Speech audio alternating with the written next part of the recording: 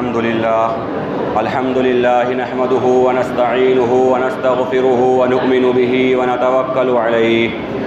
ونعوذ بالله من شرور أنفسنا ومن سيئات أعمالنا من يهده الله فلا مضل له ومن يضلله فلا هادي له وأشهد أن لا إله إلا الله وحده لا شريك له وأشهد أن سيدنا وسندنا وحبيبنا وشفيعنا ومولانا محمدا عبده ورسوله أما بعد وقال الله تبارك وتعالى في كلامه المجيد والفرقان الحميد فأعوذ بالله من الشيطان الرجيم بسم الله الرحمن الرحيم يا أيها الذين آمنوا قوا أنفسكم وأهليكم نارا وقودها الناس والحجارة عليها ملائكة غلاظ شداد لا يعصون الله ما أمرهم ويفعلون ما يؤمرون وقال رسول الله صلى الله عليه وسلم من أحيا سنتي عند فساد أمتي فله أجره 100 شهيد أو كما قال عليه الصلاة والسلام اللهم صل على محمد وعلى آل محمد في أول كلامنا اللهم صل على محمد وعلى آل محمد في أوسط كلامنا اللهم صل على محمد وعلى آل محمد في آخر كلامنا وبعد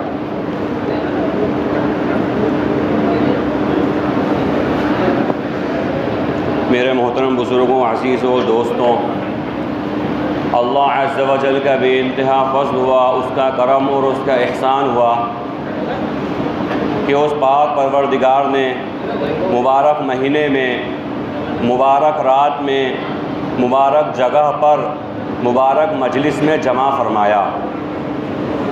یہ محض اللہ ہی کا فضل، اس کا ہی کرم اور اسی کا احسان ہے۔ جن 4 چیزوں کا ذکر کیا گیا، اگر ان 4 چیزوں کی خصوصیات بیان کی جائے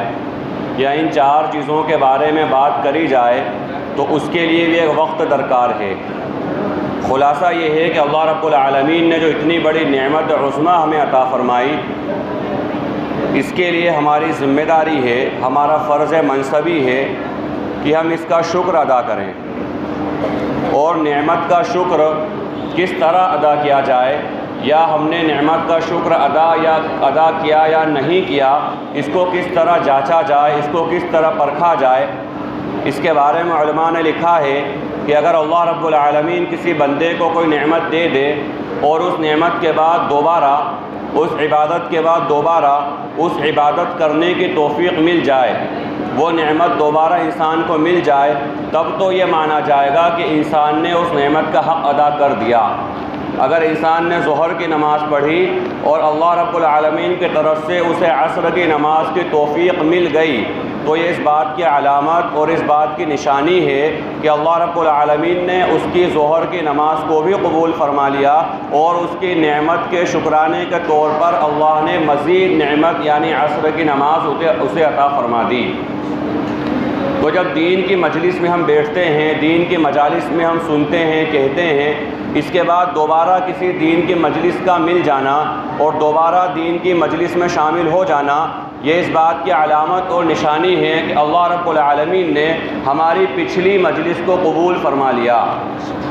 اسی لیے اگر ہم ارادے سے بیٹھے ہیں، عزم مصمم کر کے بیٹھے ہیں کہ جو دین کی بات کہی جائے گی، جو دین کی بات سنی جائے گی، انشاءاللہ اس پر عمل کریں گے اور دوسروں تک پہنچانے کے ساتھ انشاءاللہ اس پر عمل کریں گے، تو وہیں ایک ارادہ، ایک نیت یہ بھی کر لے کہ آئندہ انشاءاللہ تا حیات، موت تک ہم دین کی مجالس میں بیٹھیں گے انشاءاللہ۔ اللہ رب العالمین نے ہم ایمان والوں کے لیے جو سب سے بڑی نعمت اور جو سب سے بڑا انعام اور اکرام ہم پر کیا ہے، اس تعلق سے وہ یہ کہ اللہ رب العالمین نے ہمیں مسلمان بنایا۔ اور یہ میرا عزیزو ایسی نعمت ہے، ایسی عظیم الشان نعمت ہے کہ اگر ہم غور کریں، تصور کریں کہ اللہ رب العالمین نے ہمیں اپنے در پر لا کر ڈال دیا۔ دنیا کے اندر کتنے ایسے لوگ ہیں جو اپنے بنائے ہوئے خداؤں کے سامنے جھک رہے ہیں، کتنے ایسے لوگ ہیں جو چوہوں کی عبادت کر رہے ہیں، سانپوں کی عبادت کر رہے ہیں۔ اللہ ہم سب کی حفاظت فرمائے، اللہ کروڑوں بار ہماری حفاظت فرمائے کہ شرمگاہوں تک کی عبادت کر رہے ہیں، ان تک کی پوجا کر رہے ہیں، پتھروں کی پوجا کر رہے ہیں، درختوں کی پوجا کر رہے ہیں، جانوروں کی پوجا کر رہے ہیں، شرمگاہوں تک کی عبادت اور ان کی پوجا کر رہے ہیں۔ اللہ رب العالمین کا بے انتہا فضل ہے، اس کا کرم اور اس کا احسان ہے کہ اس پروردگار نے ہمیں مسلمان بنایا۔ اور سب سے بڑی پہچان، سب سے بڑی فخر کی بات اور سب سے زیادہ خوشی کی بات ہمارے لیے یہ ہے کہ ہم کلمہ لا الہ الا اللہ محمد الرسول اللہ کا اقرار کرنے والے ہیں۔ اللہ تبارک و تعالیٰ کی وحدانیت کا، اس کی ربوبیت کا، اس کی الہیت کا، اس کی خلاقیت اور رزاقیت کا اعتراف کرنے والے، اور اللہ کے نبی علیہ السلام کی غلامی کے پٹے کو اپنے گلے میں ڈالنے کا اقرار کرنے والے ہیں۔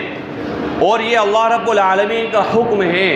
قرآن کریم کے اندر اللہ رب العالمین نے ایک موقع پر بیان فرمایا کہ وَمَنْ أَحْسَنُ قَوْلًا مِّمَّنْ دَعَا إِلَى اللَّهِ وَعَمِلَ صَالِحًا وَقَالَ إِنَّنِي مِنَ الْمُسْلِمِينَ۔ اللہ رب العالمین نے سب سے بہترین بات، سب سے اچھی بات، سب سے زیادہ خوبیوں والی بات اور سب سے زیادہ فائدے والی بات اس شخص کی بتائی ہے جو لوگوں کو اللہ کی طرف بلائے، لوگوں کو اللہ کی طرف دعوت دے، اس کی بات سب سے اچھی بات ہے۔ اور آگے فرمایا اننی من المسلمین، وہ یہ بات بھی کہے کہ میں مسلمانوں میں سے ہوں۔ حضرات مفسرین فرماتے ہیں کہ انسان کو اپنا مسلمان کہلوانا، انسان کو اپنا مسلمان بتانا اور ایمان والے کو اپنا اسلام شو کرنا یہ فرض ہے۔ یعنی جس طرح تمام عبادات فرض ہیں، نماز، روزہ، حج، زکوٰۃ، اسی طرح سے یہ بھی فرض ہے کہ انسان اپنے آپ کو مسلمان کہلائے، اپنے آپ کو بتائے کہ میں مسلمان ہوں۔ الحمدللہ اللہ رب العالمین کا بڑا فضل، اس کا کرم اور اس کا احسان ہے کہ اس پروردگار نے کلمہ لا الہ الا اللہ محمد رسول اللہ کا ماننے والا مجھے بتایا ہے، اور یہ بات میں لوگوں کو بتا رہا ہوں، بآگے دہل اعلان کر رہا ہوں اور پوری امت کو بتا رہا ہوں کہ میں مسلمان ہوں۔ تو جہاں اللہ رب العالمین نے ہم سب کو ایمان جیسی عظیم الشان نعمت عطا فرمائی، ایمان جیسی عظیم الشان دولت عطا فرمائی، وہیں پروردگار نے ایمان کے تقاضوں کو،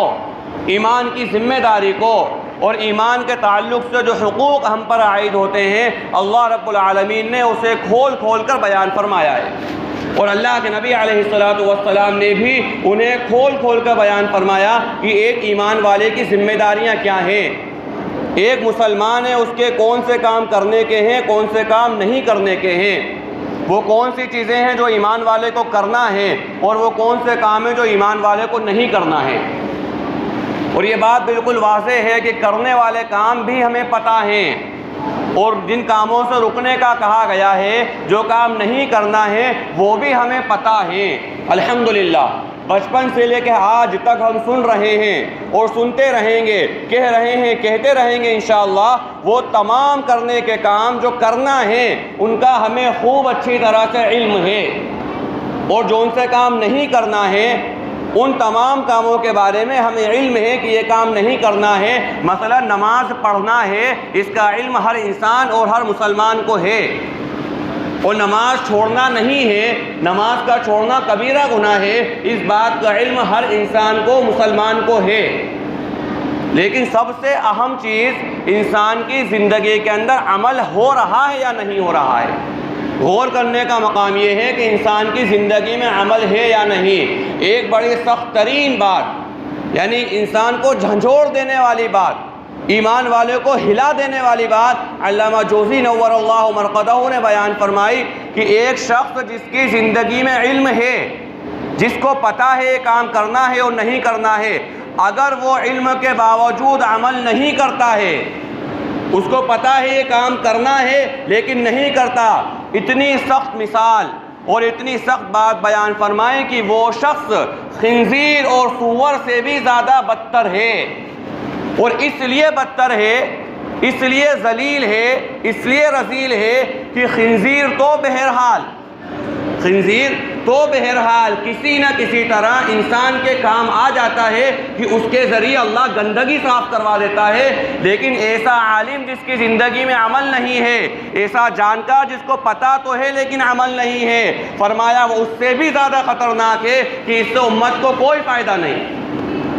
اس کے علم سے اس کو بھی فائدہ نہیں ہو رہا اور اس کے علم سے امت کو بھی فائدہ نہیں ہو رہا. اسی لیے اللہ کے نبی علیہ السلام کی مشہور و معروف حدیث ہے کہ کل روز قیامت اللہ رب العالمین اس کی زبان کو آگ کی کینچی سے کاٹے گا. جس کو علم تو تھا، جو کہتا تو تھا، لیکن اس کے بعد عمل نہیں کرتا تھا. میرے عزیزوں، ایک معافی کے ساتھ یہ بات عرض ہے کہ ہم نے یہ سمجھ لیا کہ اس کا تعلق صرف ان لوگوں سے ہے جن کو علماء کہتے ہیں، جنہیں فقہا کہتے ہیں، جنہیں مفتی کہتے ہیں، جنہیں حافظ قرآن کہتے ہیں. ان کا تعلق صرف اور صرف ان لوگوں سے ہے. یہ ہماری بہت بڑی غلط فہمی ہے.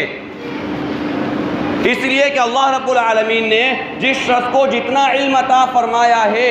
پروردگار نے جس کو جتنی باتیں سجھا دی، سمجھا دی اور سکھا دی، اس کے اوپر عمل کرنا اس کی ذمہ داری ہے. اللہ رب العالمین کل روز قیامت اس سے اس کے بارے میں سوال کرے گا. بہت مشہور و معروف حدیث ہے، ہم نے بارہا سنی ہے اس حدیث کو کہ اللہ کے نبی علیہ السلام نے فرمایا کل روز قیامت ابن آدم کے قدم اس وقت تک حساب کی جگہ سے نہیں ہٹ سکتے جب تک کہ اس سے 5 چیزوں کے بارے میں سوال نہ کر لیے جائیں، اور جب تک کہ وہ 5 چیزوں کے بارے میں تسلی بخش جوابات نہ دے دے اس وقت تک ابن آدم کے قدم حساب کی جگہ سے نہیں ہٹ سکتے. علماء فرماتے ہیں، شراح حدیث اس حدیث کی تشریح میں بیان فرماتے ہیں کہ اللہ رب العالمین کے یہاں پر سوالات تو بہت زیادہ ہیں، ان کی ایک طویل فہرست ہے، لیکن یہ 5 بہت زیادہ اہم ہیں، بہت زیادہ اہمیت والے ہیں، بہت زیادہ تاکید ہے 5 سوالوں کے اندر. ان میں سب سے اہم سوال کی جو لسٹ بیان فرمائی گئی ان کے اندر ایک سوال یہ ہے کہ انسان نے اس کے علم کے اوپر کیا عمل کیا. آج اللہ ہم سب کی حفاظت فرمائے کہ علم حاصل کرنے کی جہاں شوق ہے وہیں عمل کے تعلق سے ہم زیرو ہوتے چلے جا رہے ہیں، ہم عمل کے تعلق سے پیچھے ہوتے چلے جا رہے ہیں. اگر علم کے ساتھ میں عمل نہیں ہے یہ اللہ رب العالمین کے یہاں پکڑ کا ذریعہ بنے گا، وہ سخت ترین پکڑ کا ذریعہ بنے گا کہ اللہ نے علم عطا فرمایا لیکن وہ اس کے اوپر عمل نہیں ہوا. میرے عزیزوں، اللہ رب العالمین نے جو باتیں بیان فرمائی ہیں، جو کرنے کی چیزیں بیان فرمائی ہیں، اللہ کے نبی علیہ السلام کے صحابہ،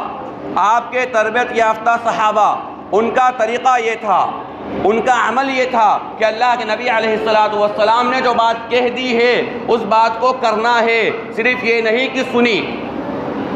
سن کر بات کو درگزر کر دینا، سن کر عمل نہیں کرنا. یہ منافقین کا طریقہ اللہ رب العالمین نے بیان فرمایا ہے کہ منافقین وہ ہیں جب آپ ان کے سامنے کوئی دین کی بات کہتے ہیں، دین کی بات کرتے ہیں، دین کی بات سکھاتے ہیں تو وہ کہتے ہیں سمعنا اور اس کے بعد میں عصینا. اس طرح زبان کو پلٹ کر بات کہتے ہیں کہ آپ کو ایسا لگتا ہے کہ یہ فرما برداری کے بارے میں کہہ رہے ہیں، حالانکہ وہ کہتے ہیں کہ ہم نافرمانی کریں گے. ہم سنیں گے لیکن نافرمانی کریں گے، ہم سنیں گے لیکن مانیں گے نہیں، ہم سنیں گے تو صحیح لیکن عمل نہیں کریں گے. یہ منافقین کا طریقہ ہے. اور ایمان والوں کا طریقہ بیان فرمایا سمعنا واطعنا، ہم نے سنا اور ہم نے اطاعت کری، ہم نے سنا، ہم نے فرما برداری کری، ہم نے سنا، ہم نے مانا. آج میرا عزیزو ایک سوال ہے، میرا سب سے پہلے اپنے آپ سے مخاطب ہوں اور اس کے بعد پوری امت محمدیہ علیہ السلام سے کہ کون کون سی چیزیں ایسی ہیں جن کے بارے میں شریعت نے کہا کہ یہ نہیں کرنا ہے، شریعت نے منع کیا ہے کہ یہ کام نہیں کرنا ہے، لیکن اس کے باوجود بھی ہم وہ کام کر رہے ہیں. نماز پڑھنے کے تعلق سے اللہ کے نبی علیہ السلام نے بیان فرمایا لیکن ہم دھڑلے سے نمازیں چھوڑ رہے ہیں. نماز کے چھوڑنے کے بعد ہماری پیشانی پر بل تک نہیں آتا. اللہ کے نبی علیہ السلام کی حدیث ہے من ترک الصلاۃ متعمدا فقد کفر، جس شخص نے جان بوجھ کر ایک نماز چھوڑ دی گویا کہ اس نے کافروں والا کام کرا. اتنا سخت مسئلہ. لیکن نماز کے تعلق سے بسا اوقات تو یہ ہوتا ہے کہ نماز کی اگر دعوت دی جائے یا نماز کے لیے بلایا جائے تو طنز کے طور پر لوگ کہہ دیتے ہیں ہاں آپ جائیے، ہمیں سب پتہ ہے. سب پتہ ہو کر عمل نہیں کرنا، یہی تو اللہ کے یہاں پکڑ کا ذریعہ ہے. علم کے باوجود عمل نہیں کرنا، یہی تو اللہ کے یہاں پر پکڑ کا ذریعہ ہے۔ جھوٹ کے تعلق سے، غیبت کے تعلق سے، گناہ کے تعلق سے، بے حیائی کے تعلق سے، اور یہ وہ گناہ ہیں جو کبیرہ گناہ ہیں۔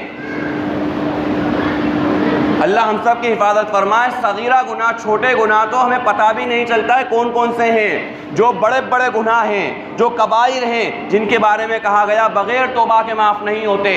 جن کے بارے میں کہا گیا اللہ سے بغیر معافی تلافی کے مسئلہ حل نہیں ہوتا، یہ وہ گناہ ہیں جن کی فہرست طویل ہے، یہ سب کبیرہ گناہ ہیں۔ وہ کبیرہ گناہ کے تعلق سے اللہ ہم سب کی حفاظت فرمائے۔ ہمارے پیشانی پہ بل تک نہیں آتا۔ اللہ کے نبی علیہ السلام کی مشہور و معروف حدیث ہے کہ مومن وہ شخص ہے جو اپنے گناہ کو ایسا سمجھتا ہے جیسا کہ اس کے اوپر کوئی پہاڑ ہے یا کوئی بھاری چیز ہے اس کے اوپر گر رہی ہے، اور منافق جو ہے وہ اپنے گناہ کو اتنا ہلکا سمجھتا ہے کہ جیسے مکھی بیٹھی تھی اڑا دی۔ اگر مومن ہے، اگر مسلم ہے، اگر ایمان والا ہے تو اس کی شان نہیں کہ اس سے کبیرہ گناہ ہو جائے، اور اگر اس سے کبیرہ گناہ ہو گیا تو احادیث میں فرمایا گیا کہ بہترین گنہگار وہ ہے جو توبہ کر لے۔ اگر گناہ ہو گیا اور اس کے بعد توبہ نہیں کری تو اللہ ہم سب کی حفاظت فرمائے کہیں ہمارا شمار منافقین کی فہرست میں تو نہیں ہے۔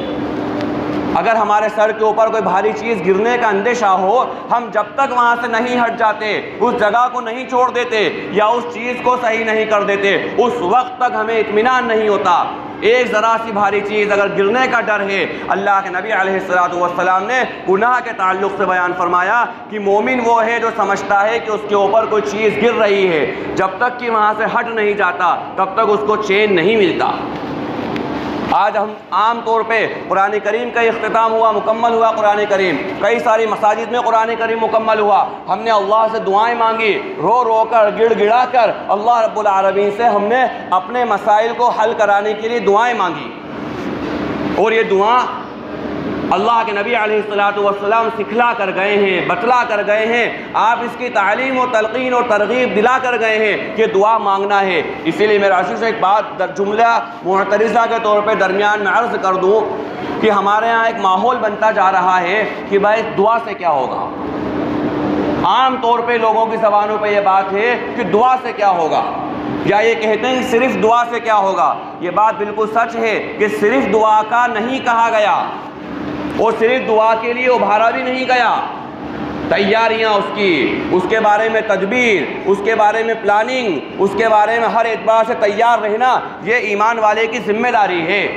فرمایا ایمان والا اتنا ہوشیار ہوتا ہے، اتنا ہوشیار ہوتا ہے کہ ایک بل سے 2 بار نہیں ڈسا جاتا۔ اگر ایک بار پتہ چل گیا کہ یہاں پر سانپ نے مجھے ڈس لیا ہے، 10 سال گزر جانے کے بعد بھی اگر وہاں وہ انسان گیا ہے، اس کو بات یاد آ جاتی ہے کہ اس جگہ پر میں بیٹھا تھا، سانپ نے مجھے ڈس لیا تھا، اس جگہ سے احتیاط کرتا ہے 10 سال گزر جانے کے بعد۔ تو فرمایا ایمان والا اتنا ہی ہوشیار ہوتا ہے کہ ایک بل سے 2 بار نہیں ڈسا جاتا۔ جب اس کو پتہ چل گیا ہے کہ ایمان والوں کے خلاف سازشیں، اس کو پتہ چل گیا ہے ایمان والوں کے خلاف نعرے، اس کو پتہ چل گیا ہے ایمان والوں کے خلاف مکاریاں، تو ایمان والا اتنا بیوقوف اور احمق نہیں ہوتا وہ صرف گھر کے اندر بیٹھ کر تدبیر کر لے یا 4 دیواری کے اندر بیٹھ کر اللہ کو منانے کی کوشش کر لے۔ ایمان والا اتنا بیوقوف نہیں ہوتا، بلکہ اس کو میدان میں آ کر عمل کرنا ہے، میدان میں آ کر قربانیاں دینا ہے، میدان میں آ کے جد و جہد کرنا ہے، اور میدان میں آ کر کے اس کو کام کرنا ہے۔ قرآن کریم اللہ رب العالمین نے خاص طور پر ان لوگوں کے تعلق سے جو فتین ہیں، جو اہل ایمان کو ٹارچر کر رہے ہیں، اہل ایمان کو پریشان کر رہے ہیں، اہل ایمان کے صفوں میں گھس کر ان میں انتشار پھیلا رہے ہیں، اور اہل ایمان کی عزت اور آبرو اور ان کے ایمان پر حملہ کر رہے ہیں، اللہ رب العالمین نے ان کے بارے میں کہا وَأَعِدُّوا لَهُم مَّا اسْتَطَعْتُم مِّن قُوَّةٍ وَمِن رِّبَاطِ الْخَيْلِ تُرْهِبُونَ بِهِ عَدُوَّ اللَّهِ وَعَدُوَّكُمْ، کہ ایمان والا وہ ہوتا ہے جو ہر وقت تیاری کے عالم میں رہتا ہے۔ وَأَعِدُّوا لَهُم مَّا اسْتَطَعْتُم مِّن قُوَّةٍ، اپنے دشمن کو اپنی طاقت کے ذریعے خوف زدہ رکھنا ایمان والے کی ذمہ داری ہے۔ اور کیسے خوف زدہ رکھنا؟ جو اس زمانے کا ٹرینڈ تھا، جو اس زمانے کے حالات تھے، فرمایا گھوڑوں کی چھاؤنی تمہارے پاس ہونا چاہیے۔ اتنے گھوڑے، کوئی گھوڑا میدان جنگ میں، میدان جہاد میں جہاد کا بڑا آلہ تھا، جہاد کرنے کے لیے بہت اہم چیز گھوڑا تھی۔ اللہ رب العالمین نے قرآن کریم میں فرمایا ایمان والا وہ ہوتا ہے کہ جو اپنے دشمن کو خوف زدہ رکھتا ہے اور اس کی تاکید کرے کہ تیاریاں رکھو، اور ایسی تیاریاں رکھو کہ گھوڑوں کے چھاؤنی تمہارے پاس ہونا چاہیے۔ یہ تو ایک طرف اللہ رب العالمین کا حکم ہے کہ اس کے ذریعے ترہبون بہ عدو اللہ وعدوکم، اس کے ذریعے تم تمہارے دشمن کو بھی اور اللہ کے دشمن کو بھی خوف زدہ رکھو۔ تو جہاں ایک طرف اللہ کے نبی اللہ تبارک و تعالیٰ نے اور اللہ کے نبی علیہ السلام کا طریقہ یہ بیان فرمایا، یہ ایٹیٹیوڈ ایمان والے کا ایسی تیاری کے اندر کہ اللہ کے نبی علیہ السلام نے خندق کے موقع پر یا غالباً احد کے موقع پر دو زرہ پہنی تھی، یعنی صرف اور صرف دعا کے بھروسے نہیں بیٹھے،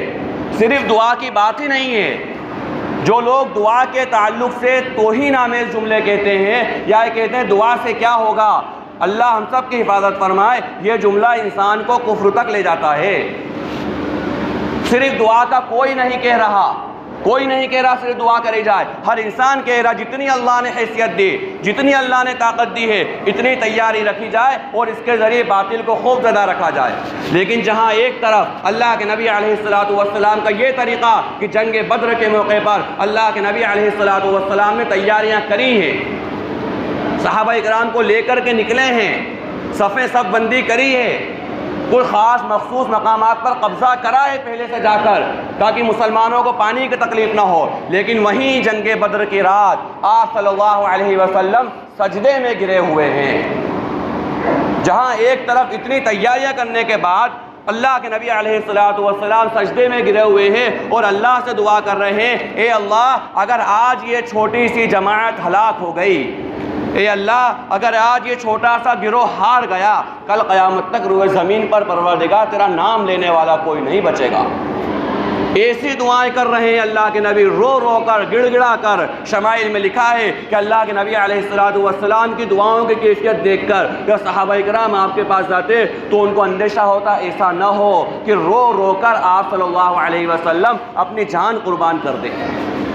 ایک طرف میدان بدر کو اس طرح سجایا اور دوسری طرف دعا کا یہ اہتمام کیا۔ ہمارے یہاں سب سے بڑا المیہ یہ ہے، سب سے بڑا مسئلہ یہ ہے کہ ہم دونوں چیزوں کے اندر افراط و تفریط کر بیٹھتے ہیں۔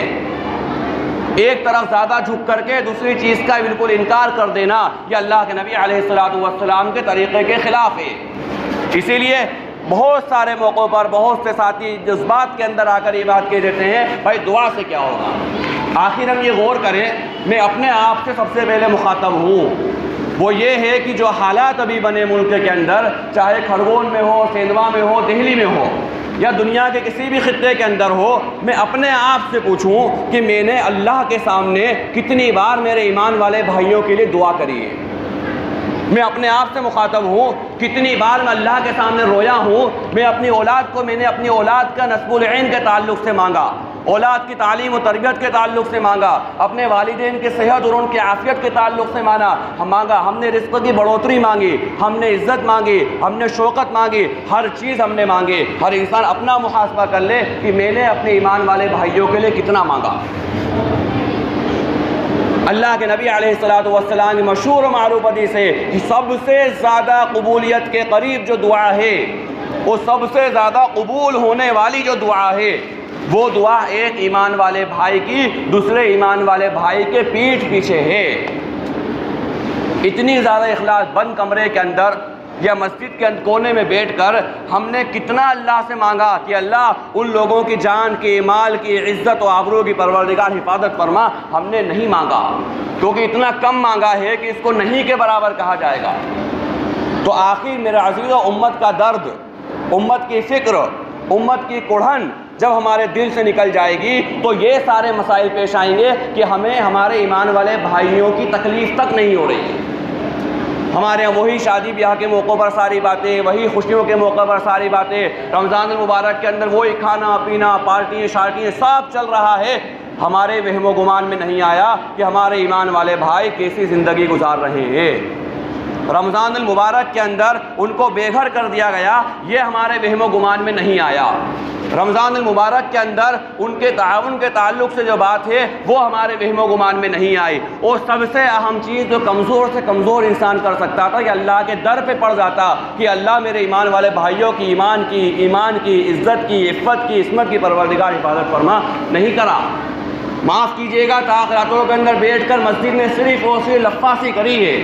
مسجد میں بیٹھ کر لایانی باتیں کری ہیں، مسجد کے حقوق کو پامال کرا ہے، مسجد میں بیٹھ کر دنیا کی باتیں کری ہیں، تاخیراتوں جیسی عبادت کی جگہوں پر بھی ہم نے اللہ ہم سب کی عبادت فرمائے، اللہ مجھے معاف فرمائے، ہم نے یہ کرا ہے۔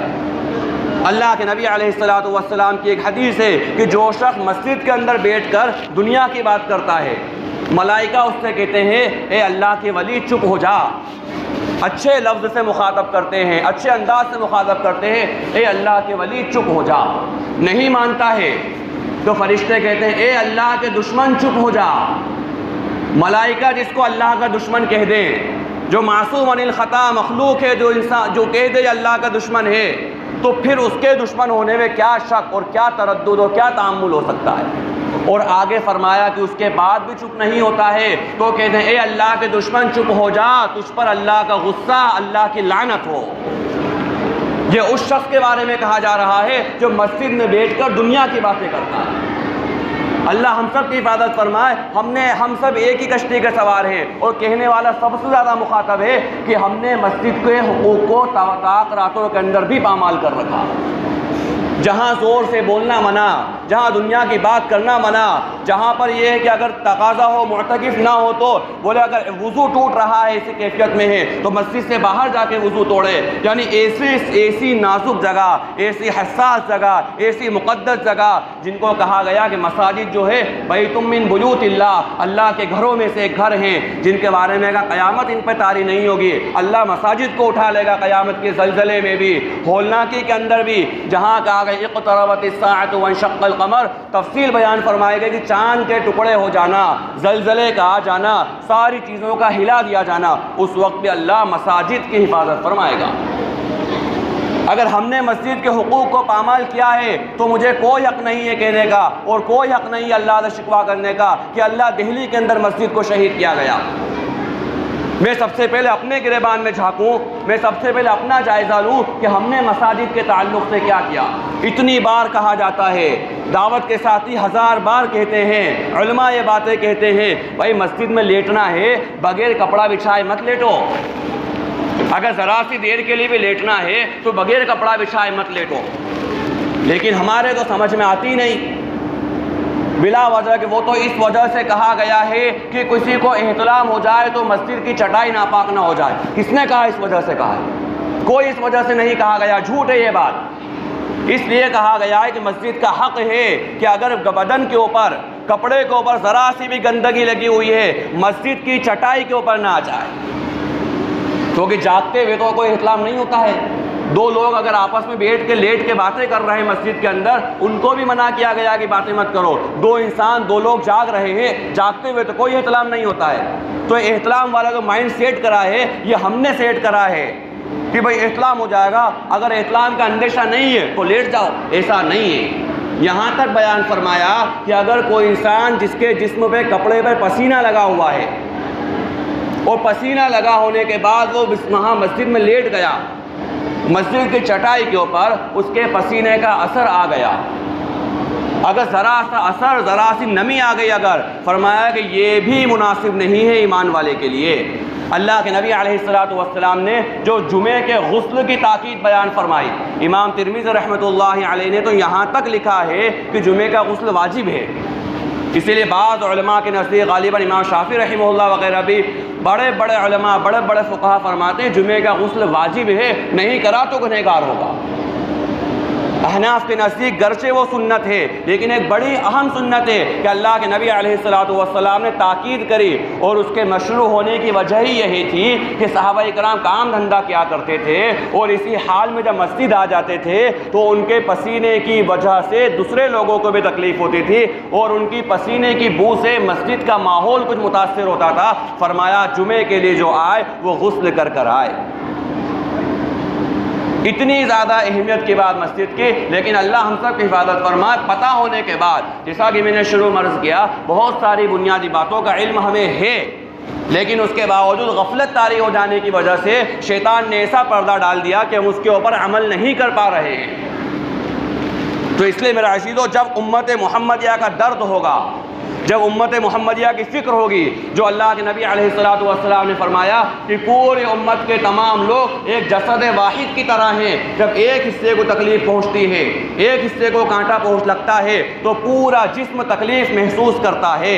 اگر سر میں درد ہے تو اس درد کا اثر پاؤں تک ہوگا۔ اگر ہمیں امت کے اندر پریشان حال لوگ، امت کے مظلوم لوگ، اگر ان کا درد نہیں ہے تو میرے عزیزو، ہمیں لیے غور کرنے کی بات ہے کہ ہم صحیح معنوں میں مومن نہیں ہیں۔ جو ایمان والوں کی صفت اللہ رب العالمین نے صحابہ اکرام کے بیان فرمائے کہ والذین معہ اشداء علی الکفار رحماء بینہم، ایمان والے کے لیے بہت زیادہ نرم ہے، ایمان والے کے لیے بہت زیادہ نرم ہے۔ آج اللہ ہم سب کی حفاظت فرمائے۔ یہ جو آیت ہے محمد رسول اللہ سے شروع ہوتی ہے آخر تک، جو صحابہ اکرام کی صفات بیان فرمائی گئی اس آیت کے اندر، اس میں ایک صفت بیان فرمائی گئی اشداء علی الکفار رحماء بینہم، کافروں پر سخت ہیں، مسلمانوں پر نرم۔ آج اللہ ہماری حفاظت فرمائے، ہمارا معاملہ تو یہ ہے کہ کافروں پہ اتنے نرم ہو گئے کہ ان کے گناہوں میں شریک ہو رہے ہیں، ان کا سواگت کر رہے ہیں، ان کا استقبال کر رہے ہیں، ان پہ پھولوں کی بوچھار کر رہے ہیں اور ان کے نام کے نعرے لگا رہے ہیں۔ اتنے نرم ہو گئے ایمان والے غیروں کے تعلق سے، جہاں قرآن نے کہا اشداء علی الکفار۔ اور یہاں بھی ایک درمیان میں بات عرض کروں کہ اشداء علی الکفار جو کہا گیا تھا، یہ سارے کافروں کے لیے نہیں کہا گیا تھا، بلکہ ان لوگوں کے لیے کہا گیا تھا جو کفر میں اتنے سخت ہیں کہ مسلمان کا وجود ان کو نہیں سہاتا ہے۔ ورنہ جذبات میں آ کے بسا اوقات ہمارے ایمان والے بھائی سب کو ایک ڈنڈی سے ہانکنا شروع کر دیتے ہیں۔ ایسے نازک حالات کے اندر ہم احسان مانتے ہیں ان لوگوں کا، ان غیر مسلموں کا احسان مانتے ہیں جو ایسے نازک حالات میں ہمارے کندھے سے کندھے ملا کے کھڑے ہوئے ہیں۔ تو یہ قرآن کریم میں اللہ نے ان کافروں کی بھی دو کیٹیگری بیان فرمائی کہ ایک تو اتنے سخت ہے کہ ان کو تمہارا وجود ہی نہیں سہاتا ہے، اور کچھ ایسے نرم ہیں جو اپنے عقیدے کے اعتبار سے چاہے مضبوط ہوں لیکن تم سے انہیں کوئی تکلیف نہیں ہے۔ آج بہت سارے لوگ جو معاملات ہوئے ہیں ان میں غیر مسلموں نے بھی ہمارے کندھے سے کندھا ملا کے ساتھ دیا ہے، اور ہمارا کہنا تو آسان ہے، ہم کچھ بھی کہہ دیں کہ ہم مسلمان ہیں، مظلوم ہیں، ان کا کہنا بہت مشکل ہے، کیونکہ وہ لوگ بیچارے جو غیر مسلم ہمارے حق کی آواز اٹھاتے ہیں وہ ان کی کمیونٹی کے اندر ٹارچر کا شکار ہوتے ہیں، ان لوگوں کو لوگ برا کہتے ہیں، ان لوگوں کی ماں بہنوں کی عصمتوں پہ حملہ کرنے کا لوگ ویب سائٹوں پر لکھتے ہیں، باقاعدہ سوشل سائٹس پر، اس لیے ان کا معاملہ تو اور نازک ہے۔ لیکن ایسے وقت کے اندر بھی وہ الحمدللہ بہت سارے ایسے ہیں جو ایمان والے کا ساتھ دیتے ہیں، کندھے سے کندھا ملا کے کھڑے ہوتے ہیں۔ لیکن جو سخت ہیں، اگر ان سخت لوگوں کے ساتھ نرمی کا معاملہ کرا جاتا ہے تو وہ صرف اور صرف اسے ہماری چاپلوسی سمجھتے ہیں، اسے ہماری مجبوری سمجھتے ہیں، اسے ہمارا ڈر سمجھتے ہیں کہ یہ ہم سے ڈر رہے ہیں تو کر رہے ہیں، یہ چاپلوس ہیں تو کر رہے ہیں، یہ فلاں ہیں تو کر رہے ہیں، اور پتہ نہیں یہ باتیں چل پڑتی ہیں کہ ان کے شر سے بچنے کے لیے ان کا استقبال کر دیا جائے۔ تو معاملہ بالکل الٹا ہو گیا کہ جہاں سخت کہا گیا تھا یہ لوگ جو دشمنی میں تمہارے سامنے اتنے سخت ہیں کہ چاہتے ہیں کہ دنیا سے بھی وہ پوری دنیا کے اندر بسنے والے تمام مسلمانوں کو ختم کر دیا جائے، جو یہ چاہتے ہیں، جن کی دشمنیاں ان کے منہ سے نکل رہی ہیں، ان کے لیے کوئی نرمی رکھنے کا اسلام اجازت نہیں دیتا ہے۔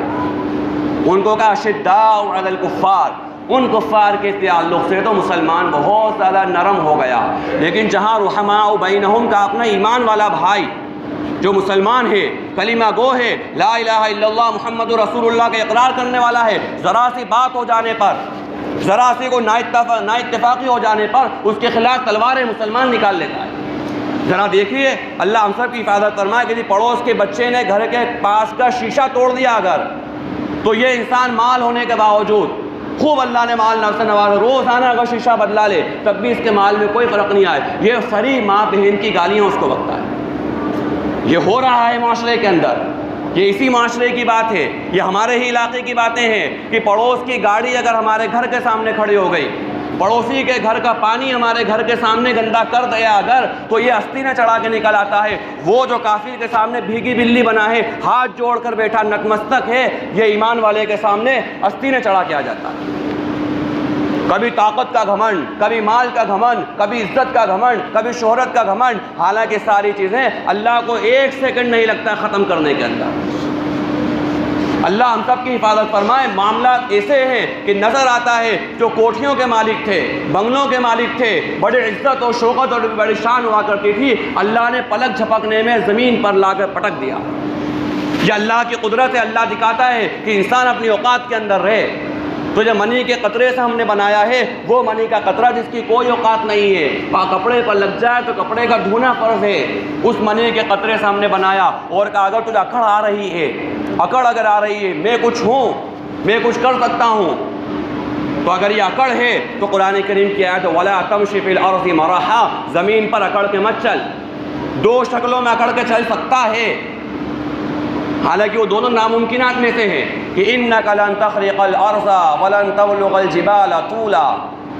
اے بندے خدا زمین پر اکڑ کے مت چل, اس لیے مت چل کہ تو زمین کو پھاڑ نہیں سکتا. کس بات کی اکڑ ہے؟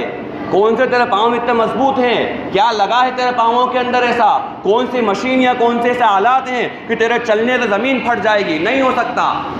زور سے پاؤں اگر زمین پر مارے گا تیرے پاؤں کے پر خچے اڑ جائیں گے, لیکن زمین کو کچھ نہیں ہوگا. تیز چلنے کی کوشش زمین پر کرے گا, تیرے پاؤں میں درد ہونا شروع ہو جائے گا, زمین کو کچھ نہیں ہوگا. ایک زمین میں تھوڑا سا گڈھا کرنے کے لیے تجھے مشین کی اور آلے کی ضرورت پڑتی ہے. ایک چھوٹا سا گڈھا اگر زمین کے اندر کرنا ہے, تیری انگلی میں تو وہ طاقت بھی نہیں ہے کہ زمین میں گڈھا کر دے.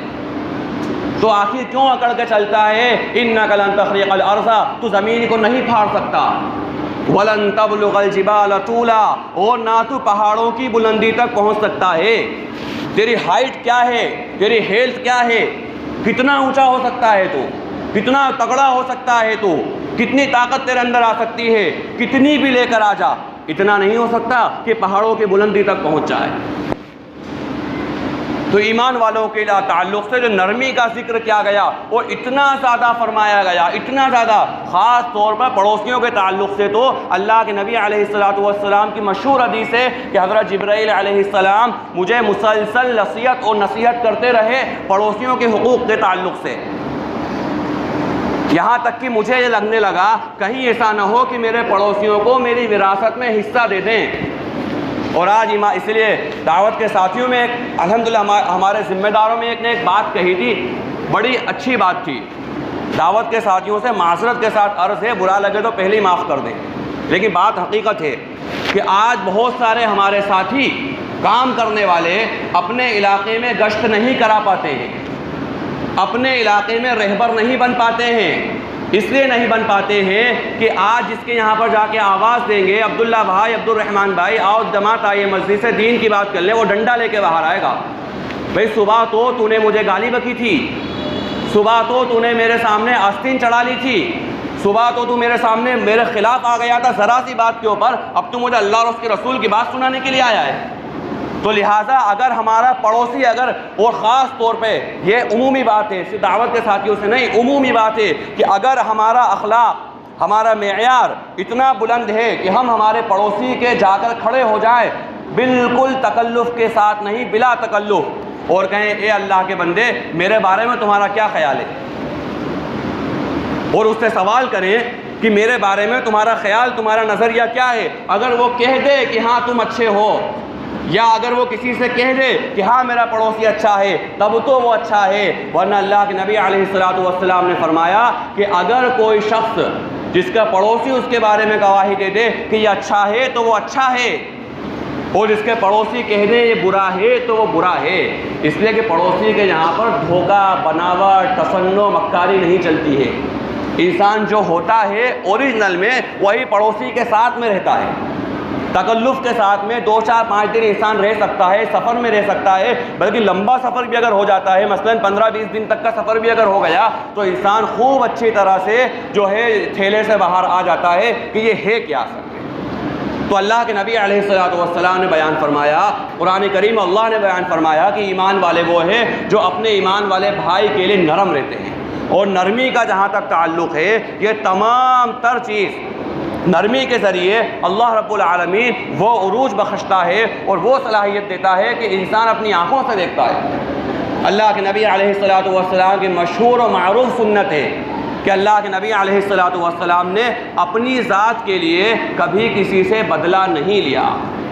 آپ صلی اللہ علیہ وسلم کے راستے میں کانٹے بچھائے گئے، آپ صلی اللہ علیہ وسلم کو غلط کہا گیا، آپ علیہ الصلوۃ والسلام کی بے ادبی کی گئی، آپ علیہ الصلوۃ والسلام کو پریشان کیا گیا، لیکن آپ نے اپنی ذات کے لیے کبھی بدلہ نہیں لیا۔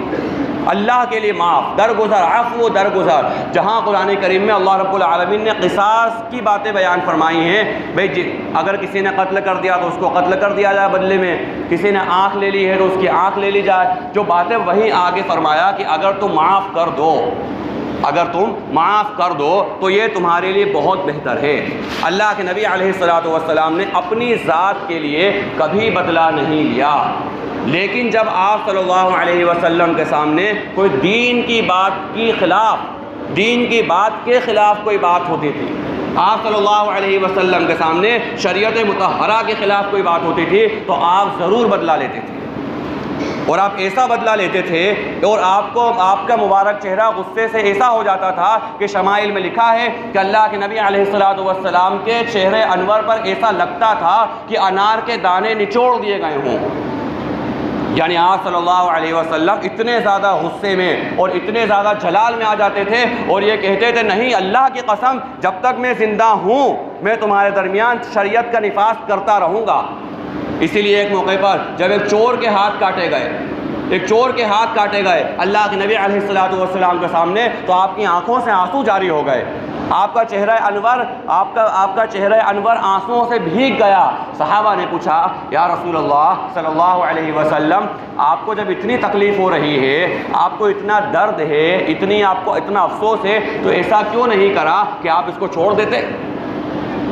آپ اس کو معاف کر دیتے؟ فرمایا نہیں، اس لیے میں معاف نہیں کر سکتا کہ میں شریعت کا بنانے والا نہیں ہوں، میں شریعت کا نفاذ کرنے والا ہوں، شریعت کا بنانے والا اللہ ہے۔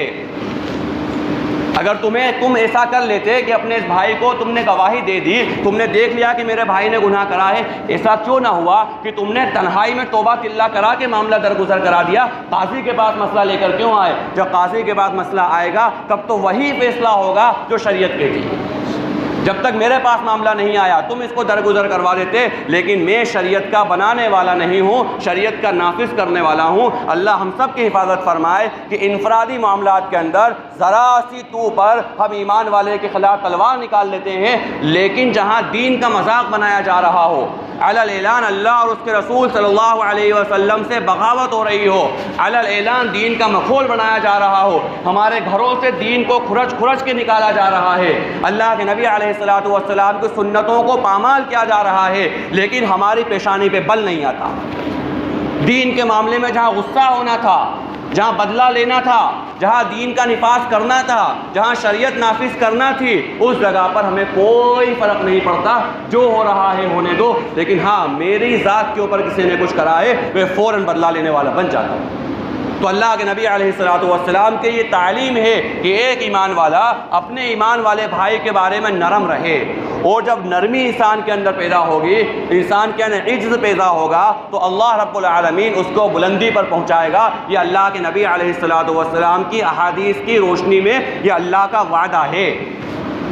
تو اس لیے میرے عزیزوں، جو اللہ رب العالمین نے ہمیں ذمہ داریاں دی ہیں، ان میں ایک اہم ذمہ داری کہ ہم اپنی ذات سے درگزر کا ماحول بنائیں، اپنے آپ سے اپنی ذات کے لیے بدلہ نہ لیں، درگزر کریں، معافی تلافی کر لیں، اللہ کے لیے درگزر کریں، چھوڑ دیں، اور جہاں دین کا معاملہ آئے، جہاں تک ہماری حیثیت ہے، جہاں تک ہماری وقت ہے، یا یہ کہہ لیا جائے جہاں تک ہماری اوقات ہے، وہاں تک دین کو نافذ کرنے کی کوشش کریں۔ آج ہم یہ دیکھیں کہ ہمارے معاشرے کے اندر ایسی بے دینی کی فضا اور ایسا برا ماحول اور ایسے گناہوں کی باتیں ایسی طرح پیوست ہو چکی ہیں کہ آج اگر کسی کو یہ بات کہی جائے کہ یہ گناہ ہے، کسی کو کہا جائے کہ یہ برا ہے، کسی کو کہا جائے کہ اللہ اور اس کے رسول کے طریقے کے خلاف ہے، تب بھی انسان اس کو قبول نہیں کرتا ہے۔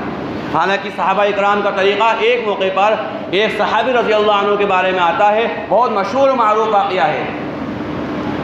کہ وہ سفر میں جا رہے تھے کسی کے ساتھ میں، تو وہ ایک جگہ پر آئے اور ایسے بیٹھے جیسے کہ ان کو استنجا کرنا ہے، قضاء حاجت کی طرح جس طرح انسان بیٹھتا ہے اس طرح سے بیٹھ کر فوراً اٹھ کے چل دیے۔ آپ صلی اللہ علیہ وسلم کی یہ سنت انہوں نے اس طرح زندہ کری، جب ان سے پوچھا گیا کہ آپ کو تو ضرورت نہیں تھی بیت الخلاء کی، آپ کو تو استنجے کی ضرورت نہیں تھی، آپ یہاں پر کیوں بیٹھے؟ فرمایا ایک موقع پر میں اللہ کے نبی علیہ السلام کے ساتھ سفر میں تھا، آپ صلی اللہ علیہ وسلم کو بیت الخلاء کی حاجت ہوئی، قضاء حاجت کے لیے، استنجا کے لیے آپ صلی اللہ علیہ وسلم یہاں بیٹھے، تو آپ کی سنت کے اتباع کے اندر، آپ کی سنت کے فالو کرنے کے لیے میں یہاں پر بیٹھا، صرف اس وجہ سے کہ اللہ کے نبی علیہ السلام یہاں بیٹھے تھے۔ یہ اللہ کے نبی صلی اللہ علیہ وسلم کا، صحابہ اکرام کا طریقہ اللہ کے نبی علیہ السلام کی سنتوں کے تعلق سے۔ اور ایک بہت مشہور و معروف حدیث ہے کہ اللہ کے نبی علیہ السلام نے فرمایا کہ من احیا سنتی عند فساد امتی، جس نے میری امت میں بگاڑ کے وقت کسی ایک سنت کو زندہ کیا، اللہ اسے 100 شہیدوں کا ثواب عطا فرمائے گا۔ اب ہم یہ غور کریں کتنی ساری ایسی سنتیں ہیں جن کے اوپر ہم عمل نہیں کر رہے ہیں، کتنے سارے ایسے طریقے ہیں جو ہم جانتے بوجھتے سمجھتے بوجھتے ہم اپنے گھروں سے نکال رہے ہیں، ہم کسی طرح سے چاہ رہے ہیں کہ بس ہم اس میں عمل نہ کریں، دنیا کے بہاؤ کے اندر آ کر، غیروں سے کمپٹیشن کے اندر ہمارا طریقہ یہ ہو گیا کہ اللہ کے نبی علیہ السلام کی سنتوں کی اہمیت نہیں بچی۔ میرے عزیزو، ایک بات بڑی یہ سوالیہ طور پر ہے کہ اگر ہم جس حال میں زندگی گزار رہے ہیں، ہم اللہ اور اس کے رسول صلی اللہ علیہ وسلم کی باتوں کو، آپ کی تعلیمات کو اپنی زندگی کے اندر نہیں اتار رہے ہیں، جب وہ وقت آ جائے گا اور ایسا لگ رہا ہے بڑا قریب ہے وقت کہ جب انسان کو اپنے ہتھیلی پر اپنے سر لے کر نکلنا پڑے گا، جب وہ وقت آ جائے گا کہ انسان کو اپنے ساتھ اپنا کفن لے کر نکلنا پڑے گا، جب وہ وقت آ جائے گا کہ انسان کو اپنے ساتھ اپنی وصیت لے کر نکلنا پڑے گا کہ میں گھر سے جا رہا ہوں، پتہ نہیں میں گھر پہ زندہ آؤں یا میری لاش گھر پر آئے، پتہ نہیں کب دین کے خاطر مجھے لڑنا پڑ جائے، کب وہ ساری آیات اور ساری احادیث جس میں جہاد کی فضیلت، قتال کی فضیلت، دین کی سربلندی کی فضیلت، دین کی عزت اور شوکت اور عظمت کی فضیلت کی بات ہے، ان کے اوپر عمل کرنے کا کم موقع آ جائے، میں اپنی ذات سے دیکھوں کہ میں اللہ کے نبی علیہ السلام کی سنتوں کو زندہ نہیں کر پا رہا ہوں، آخر میں اپنی جان کیسے دے سکتا ہوں دین کے خاطر؟ جب جان کے نذرانے مانگے جائیں گے اور جب جان کی تشکیل ہوئے گی اور جب جان کے لیے ابھارا جائے گا، اور یہ ایسی چیزیں ہیں کہ ہم سوچیں بیان نہ کریں، بات نہ کریں تو باتیں چھپ جائیں گی، ایسا نہیں ہے، یہ سب ہونے والی باتیں نظر آ رہی ہیں ساری چیزیں۔ اللہ کے نبی علیہ السلام کی مشہور و معروف حدیث ہے الجہاد ماضٍ الی یوم القیامہ، دین کے خاطر جہاد قیامت تک رہے گا۔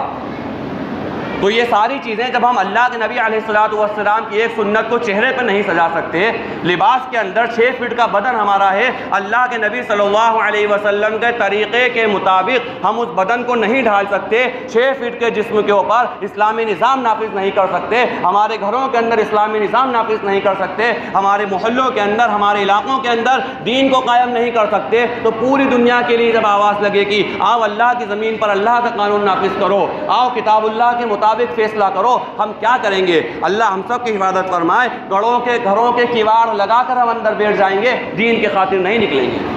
کیونکہ جس نے قربانی دے رکھی ہے، جس کو جذبہ ہے، جو جانتا ہے اللہ اور اس کے رسول کا مقام مرتبہ ہمارے لیے کیا ہے، جو اللہ کے نبی علیہ السلام کی سنت کو جانتا ہے اور جو جانتا ہے کہ مجھے کرنے کے کام ہے، وہ تو دین کے خاطر لگا دے گا، لیکن جس نے کچھ قربان نہیں کرا،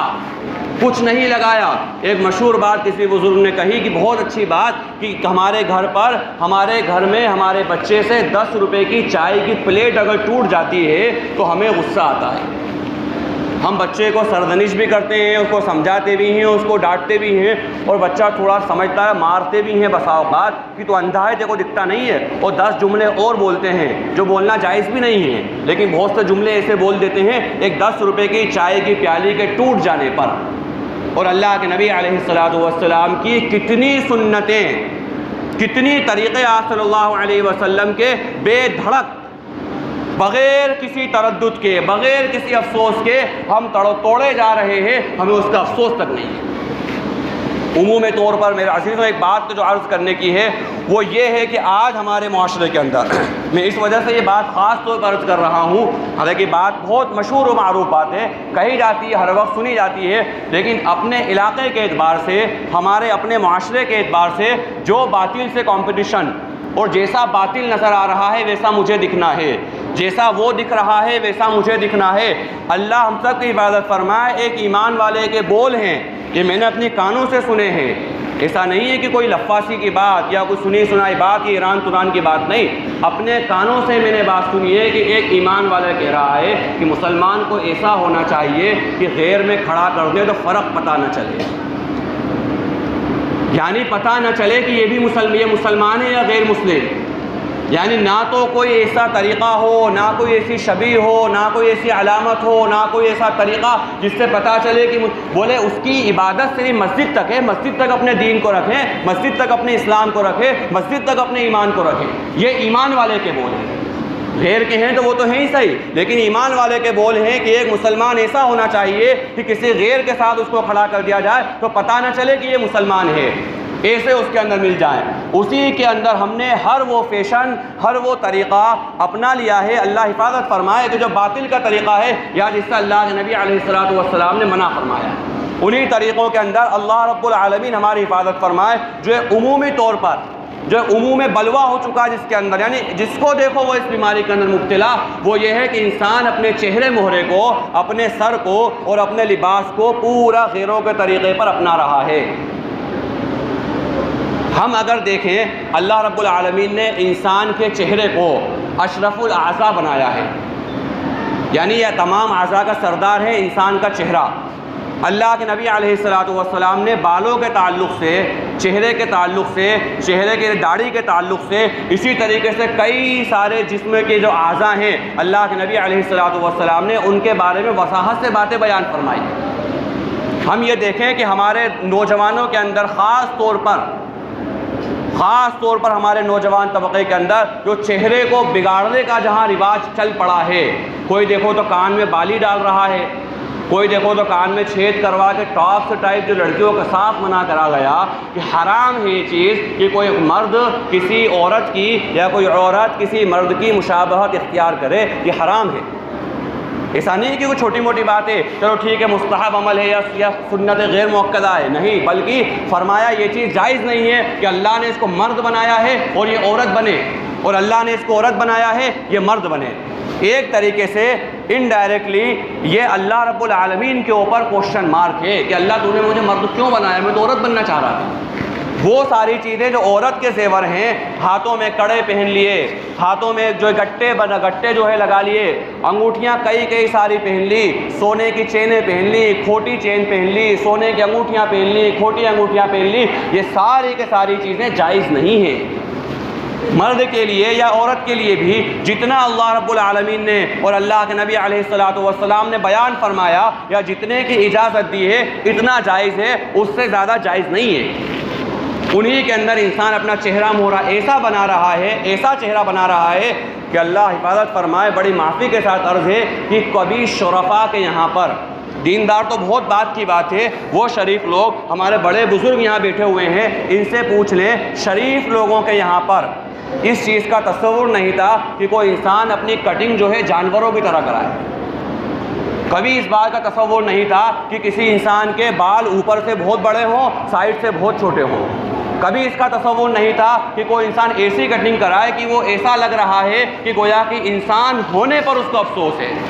ایسا لگ رہا ہے کہ وہ اپنے آپ کو انسان کہلانے پر شرمندگی محسوس کر رہا ہے۔ اور ایک بات بہت زیادہ تاکید کے ساتھ میں کہہ رہا ہوں اور بڑی معذرت کے ساتھ کہ جو کٹنگ کا رواج چل رہا ہے، ہمارے بڑوں سے پوچھ لیں، ہمارے بڑے بتائیں گے کہ یہ کٹنگ جو ہے آج سے 15-20 سال پہلے، 25 سال پہلے کون لوگ کراتے تھے؟ یہ وہ لوگ کراتے تھے جو سور پکڑتے ہیں، یعنی بھنگی لوگ ایسی کٹنگ کراتے تھے جو آج ایمان والے کرا رہے ہیں۔ اگر ہم نے چہرے سے لے کر کے ٹخنے تک، بلکہ سر کے بالوں سے لے کر پیر کے ناخن تک اللہ کے نبی علیہ الصلوۃ والسلام کی سنت کو زندہ نہیں کرا، تو پھر ہمیں کوئی حق نہیں ہے کہنے کا کہ ہم دین کے اندر، دنیا کے اندر دین کا نفاذ کر دیں گے۔ دنیا میں دین کا نفاذ کرنے والے لوگ جنہوں نے دین کا نفاذ کرا ہے اور آج بھی کر رہے ہیں، دنیا دیکھ رہی ہے ان کو کہ ان سے ایک سنت پامال نہیں ہو رہی ہے۔ دنیا دیکھ رہی ہے کہ جو مستورات سے بات کر رہے ہیں ان کی نظریں کتنی نیچے ہیں۔ دنیا دیکھ رہی ہے کہ انہوں نے تیر کی سنت کو بھی زندہ کرا، تلوار کی سنت کو بھی زندہ کرا، ہتھیار کی سنت کو بھی زندہ کرا اور تسبیح کی سنت کو بھی زندہ کرا۔ دنیا دیکھ رہی ہے کہ ان کے ٹخنے سے اوپر ہے پاجامہ یا نیچے ہے۔ دنیا دیکھ رہی ہے ان کے سروں پر امامہ ہے یا نہیں ہے، وہ ننگے سینے یا سر ڈھکے ہوئے ہیں۔ ان کے بات کرنے کا طریقہ، ان کا رہن سہن، ان کی چال چلن، ان کے عادت و اطوار، ان کے تہذیب اور اخلاق کو دنیا دیکھ رہی ہے۔ وہ دیکھنے کے بعد کہہ رہی ہے اگر مسلمان ایسے ہوتے ہیں تو پھر تو بہت اچھے ہیں۔ جن کو یہ بتایا گیا کہ دنیا کے اندر فنڈامنٹل ہیں، آتنکوادی ہیں، یہ قابض ہیں ملک کے اوپر، یہ ظالم ہیں، یہ عورتوں کے حقوق کی رعایت نہیں کرتے، ان لوگوں کا جب نقشہ دنیا نے دیکھا اور صحیح نقشہ صحیح میڈیا نے جب بتایا تو وہاں اتنے اچھے لوگ ہیں۔ جب یہ اتنے اچھے ہیں تو ان کے نبی کتنے اچھے ہوں گے۔ جو اللہ کے نبی علیہ الصلوۃ والسلام کی تربیت یافتہ صحابہ، حضرت عمر رضی اللہ تعالیٰ عنہ کے سامنے واقعہ پیش آیا کہ حضرت عمر رضی اللہ عنہ کو خط لکھا گیا کسی علاقے سے، مسلمانوں نے، مجاہدین نے خط لکھا اور خط کے اندر یہ مضمون تھا، اے امیر المومنین ہم بڑے مسئلے میں آ گئے، بڑا مسئلہ پیش آ گیا۔ کیا مسئلہ پیش آ گیا؟ مسئلہ نیچے یہ لکھا ہے کہ ہم جس علاقے کے اندر ہیں اس علاقے کے اندر ہمیں جہاں سے نکلنا ہے، اگلی جگہ جانا ہے، اگلا پڑاؤ ہے، اس جگہ پر باطل نے یہ سازش کری ہے، باطل نے تدبیر کری ہے کہ یہاں پر ہم اپنی لڑکیوں کو، جوان لڑکیوں کو برہنہ کھڑا کر دیں گے، بغیر لباس کو ان کے کھڑا کر دیں گے، اس وجہ سے کہ جو نظر انسان کی بہکی اور جو انسان نے نامحرم کو دیکھا، ایک بار دیکھ لیا غلطی سے معاف ہے، دوبارہ بالارادہ دیکھا، فرمایا ولا تقربوا الزنا انہ کان فاحشہ، زنا کے قریب بھی مت جاؤ، اور فرمایا سب سے پہلے آنکھ زنا کرتی ہے، سب سے پہلے آنکھ زنا کرتی ہے، آخری میں شرمگاہ کا زنا ہوتا ہے، زنا کی شروعات آنکھ سے ہوتی ہے۔ فرمایا ہم کیا کریں امیر المومنین؟ کہا تو کوئی مسئلہ نہیں ہے، ہم قرآن والے ہیں، ہم صاحب کتاب ہیں، ہم اہل القرآن ہیں، اللہ نے ہمیں کتاب دی ہے، کتاب اللہ ہمارے سامنے ہے، ہر چیز کی رہنمائی کری گئی ہے۔ بولے کوئی مسئلہ نہیں ہے، جب جہاں سے تمہیں نکلنا ہو اس علاقے میں نکلنے سے پہلے جو سپہ سالار ہیں وہ تمام لشکر کو جمع کر کے کتاب اللہ کی ایک آیت صرف تلاوت کر دیں، قل للمؤمنین یغضوا من ابصارہم ویحفظوا فروجہم، کہ ایمان والوں سے کہہ دیا جائے کہ اپنی نظروں کی حفاظت کریں، اپنی نظروں کو جھکائیں، نیچے رکھیں اور اپنی شرمگاہوں کی حفاظت کریں۔ جب نظر اٹھے گی ہی نہیں تو بات ہی ختم۔ تو جب یہ بات کر دی گئی، کہاں بولے یہ تو بالکل موٹیویٹ کر دینے والی بات ہے، ہمت بنا دینے والی بات ہے، بھائی ہم تو کتاب والے ہیں، ہمارے پاس تو قرآن ہے، قرآن صرف طاقوں میں سجانے کے لیے تو نہیں ہے، عمل کے لیے ہے، پڑھنے کے لیے ہے، عمل کے لیے، زندگی میں اتارنے کے لیے، ہم قرآن والے ہیں، ہم یہ کام نہیں کریں گے۔ پورا لشکر نکل گیا، نظریں جھکی ہوئی ہیں، پورا لشکر نکل گیا، ایک مجاہد اسلام کی بھی نظریں نہیں اٹھی۔ اتنا واقعہ بعض کتابوں میں نقل کیا گیا، اور بعض کتابوں میں اس کے آگے یہ بات لکھی گئی کہ وہ لڑکیاں جو برہنہ تھیں وہ دوڑی ہوئی آئیں، بولے کون سے گرہ کے پرانی ہیں، کون لوگ ہیں آخر یہ کہ ہم پوری طرح سج دھج کر، سج سنور کر بیٹھے ہوئے ہیں، کھڑے ہوئے ہیں، لیکن ہماری طرف دیکھا ہی نہیں۔ بولے اللہ والوں ہمیں بھی اپنے ساتھ لے جاؤ، تم جہاں جا رہے ہو ہمیں بھی اپنے ساتھ لے جاؤ، ہم تمہاری خدمت کریں گے، تمہاری روٹیاں بنا دیں گے اور تمہارے لیے کھانا بنا دیں گے، ہمیں بھی اپنے ساتھ لے جاؤ۔ یہ اللہ رب العالمین کی بات کے اوپر عمل کرنا ہے۔ دین کے معاملے میں قیل و قال نہیں ہے، ایسا ویسا نہیں ہے، ایران توران کی بات نہیں، دین بالکل واضح ہے، بالکل کھلی ہوئی بات ہے۔ اللہ کے نبی علیہ الصلوۃ والسلام نے بالوں کے تعلق سے جو بات بیان فرمایا کہ قزع کرنا جائز نہیں ہے۔ صحابہ نے پوچھا یا رسول اللہ صلی اللہ علیہ وسلم قزع کیا ہے؟ فرمایا بالوں کو کہیں سے بڑا رکھنا، کہیں سے چھوٹا رکھنا، یہ جائز نہیں ہے۔ اب ہم یہ دیکھیں کہ اللہ کے نبی علیہ الصلوۃ والسلام نے ناجائز چیز بتا دی، باقی اس کے علاوہ سب جائز ہے۔ عام طور پہ ایک بیچ میں بات عرض کروں میں، عام طور پہ یہ ہوتا ہے کہ لوگوں کو ایسا لگتا ہے کہ بھئی علماء تو جو دیکھو وہ حرام کر دیتے ہیں، جس کو دیکھو اس کو ناجائز بول دیتے ہیں، فلاں جائز ناجائز، فلاں ناجائز، فلاں ناجائز، فلاں ناجائز۔ تو بھائی ایسا نہیں ہے، یہ غلط فہمی ہے، مس انڈرسٹینڈنگ ہے۔ اس کی وجہ یہ ہے کہ علماء کے سامنے کوئی حرام بات اگر آئے گی تو وہ اس کے بارے میں ضرور کہیں گے کہ یہ حرام ہے، مولانا اشرف علی تھانوی نور اللہ مرقدہ نے ایک ملفوظ میں بات بیان فرمائی کہ لوگ یہ کہتے ہیں کہ مولویوں کا کام تو لوگوں کو کافر بنانا ہے، لوگوں کو کافر بنانا ہے۔ فرمایا بولا آپ نے ایک نقطہ کم لگایا، مولویوں کا کام لوگوں کو کافر بنانا نہیں بلکہ بتانا ہے، یعنی نون نہیں بلکہ تا ہے۔ آدمی کافر اپنے عمل سے ہوتا ہے، آدمی گنہگار اپنے عمل سے ہوتا ہے۔ کسی مفتی کے پاس فتویٰ لے کر جایا جائے گا، کہا جائے گا اس کا کیا حکم ہے۔ اگر مفتی خیانت کر رہا ہے، اگر مفتی کسی کے چہرے کو دیکھ کر مسئلہ بتا رہا ہے، مفتی اگر غلط مسئلہ بتا رہا ہے، اللہ کے یہاں اس کی پکڑ ہوگی تو دنیا میں کوئی بچانے نہیں آئے گا، کوئی بچانے نہیں آئے گا۔ اس لیے عالم حق کی ذمہ داری ہے، مفتی حق کی ذمہ داری ہے کہ لا یخافون لومۃ لائم، دین کے معاملے میں کسی ملامت کرنے والے کی ملامت کی پرواہ نہیں کرنا، اور اللہ ہم سب کی حفاظت فرمائے۔ بہرحال الحمدللہ ہمارے علاقے میں تو علماء کی اور اہل علم کی بڑی قدر، بڑی منزلت ہے، اس لیے میں شکوہ کرتا ہوں ان لوگوں سے جو کہتے ہیں کہ علماء کی قدر نہیں ہے۔ غلط بات ہے، بالکل قدر ہے۔ آج بھی الحمدللہ ثم الحمدللہ امت علماء کا تھوکا نہیں اگالتی ہے۔ آج بھی امت میں وہ افراد ہیں جو علماء کے آگے چلنا پسند نہیں کرتے ہیں، آج بھی امت میں وہ لوگ ہیں جو علماء کی جوتیاں سیدھی کرتے ہیں۔ لیکن اب کوئی عالم یہ سوچ لے یا کوئی عام انسان یہ سوچ لے کہ وہ سارے عالم کا پورا حق پوری امت ادا کر دے، ایسا نہیں ہو سکتا۔ اگر امت علماء سے محبت کرنے والی ہے تو جو عالم دین کی بات بتائے گا، اگر جھوٹے کو کہا گیا کہ الا لعنت اللہ علی الکاذبین، جھوٹ بولنے والے پر اللہ کی لعنت ہے، تو ہو سکتا ہے تو انسان کو برا لگ جائے۔ اگر اس کو برا لگ رہا ہے، وہ عالم کے خلاف کوئی بات کہہ رہا ہے، تو اس میں عالم کو برا ماننے کی کوئی ضرورت نہیں، اس لیے کہ علماء انبیاء کے وارث ہیں، اور انبیاء اکرام علیہم الصلوۃ والسلام کی وراثت میں جہاں امت ان سے محبت کرتی تھی، جہاں امت ان کا ادب اور احترام کرتی تھی، وہیں نافرمان لوگ ایسے تھے جو ان کے اوپر نعوذ باللہ قتل کے منصوبے تک بناتے تھے۔ اس لیے قرآن میں بعض انبیاء اکرام کا ذکر ہے، ان کو قتل تک کر دیا امت نے۔ تو لہٰذا یہ بات کہ علماء اگر غلط بات بیان فرمائیں گے تو اللہ کے یہاں ان کو جواب دینا ہے، کوئی بچانے نہیں آئے گا۔ وہاں تو پھر یہ کہہ دیں گے قالوا ربنا انا اطعنا سادتنا وکبراءنا فاضلونا سبیلا۔ اگر کوئی عالم یا مفتی کسی بڑے کے کہنے سے بات کو بدل دیتا ہے، مسئلہ غلط بیان کر دیتا ہے، یا کوئی ایسی بات کہہ دیتا ہے جو شریعت کے خلاف ہے، حالانکہ الحمدللہ ایسا کہا نہیں جاتا ہے، لیکن اگر کوئی کہتا ہے وہاں پر وہ کہے گا انا اطعنا سادتنا وکبراءنا، یہ جو بڑے ذمہ دار تھے، جو علاقے کے چودھری تھے، یہ یہاں کے سرپنچ تھے، یہ یہاں کے بڑے اثر رسوخ والے تھے، یہ مسجد مدرسے کے ذمہ دار تھے، انہوں نے اللہ مجھے گمراہ کر دیا، انہوں نے مجھے راہ راستے سے بھٹکا دیا اور کہا ربنا آتہم ضعفین من العذاب ولعنہم لعنا کبیرا، اور وہ کہیں گے اے اللہ ان کو دگنا عذاب دے، ان کو دوہرا عذاب دے، اس لیے کہ انہوں نے مجھے راہ راست سے بھٹکا دیا۔ اب یہاں پر ایک بہت بہترین واقعہ، یعنی اہلا دینے والا واقعہ ہے علماء کے لیے بھی، عوام کے لیے بھی، کہ عوام بھی یہ سوچے کہ ہم بلا وجہ جو ہے ہمارے علماء پر پریشر نہ ڈالیں، کہ ایسا نہ ہو کہ غلط چیز کو صحیح کرنے کی کوشش کر لی جائے، یا علماء بھی یہ نہ سوچیں بولے کہ ہم کسی کے کہنے سے کسی غلط کو صحیح کر دیں۔ ایک مرتبہ اسلامی حکومت کے اندر کسی ذمہ دار شخص نے یہ بات کہی، امام مسجد سے یہ کہا، بولے کہ آپ جو ہے نماز میں تھوڑی چھوٹی قرأت کرا کریے، نماز تھوڑی چھوٹی پڑھایا کریے، تخفیف کے ساتھ نماز پڑھایا کرے۔ انہوں نے کہا بولے ٹھیک ہے چھوٹی نماز پڑھا دوں گا۔ اس کے بعد جب اگلی نماز آئی جہری نماز، پہلی رکعت کے اندر انہوں نے یہی آیت پڑھی،